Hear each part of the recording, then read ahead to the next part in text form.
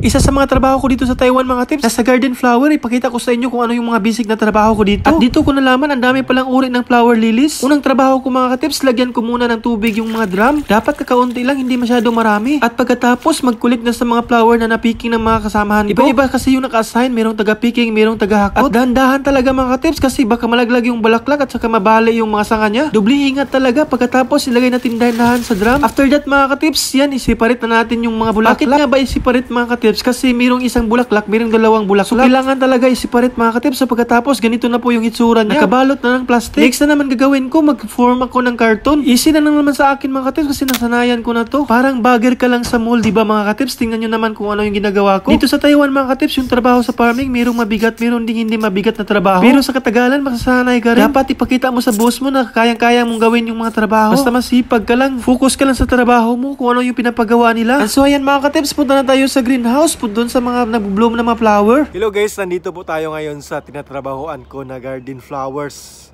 So yung mga flowers dito is mga lily po ito. Ipakita ko po sa inyo yung mga magagandang bulaklak. Yan, kita nyo yan sa likuran ko. Iba't ibang kulay po yan guys. So tingnan natin.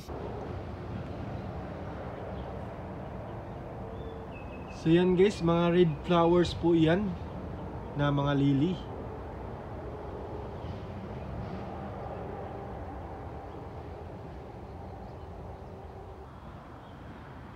So ito naman po yung mga white na lilies.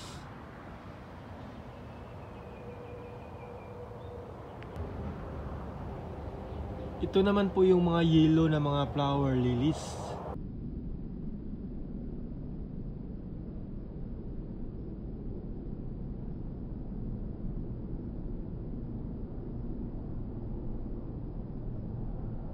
Grabe, ang ganda ng mga bulaklak dito guys. Grabe, ang daming bulaklak. Yan o.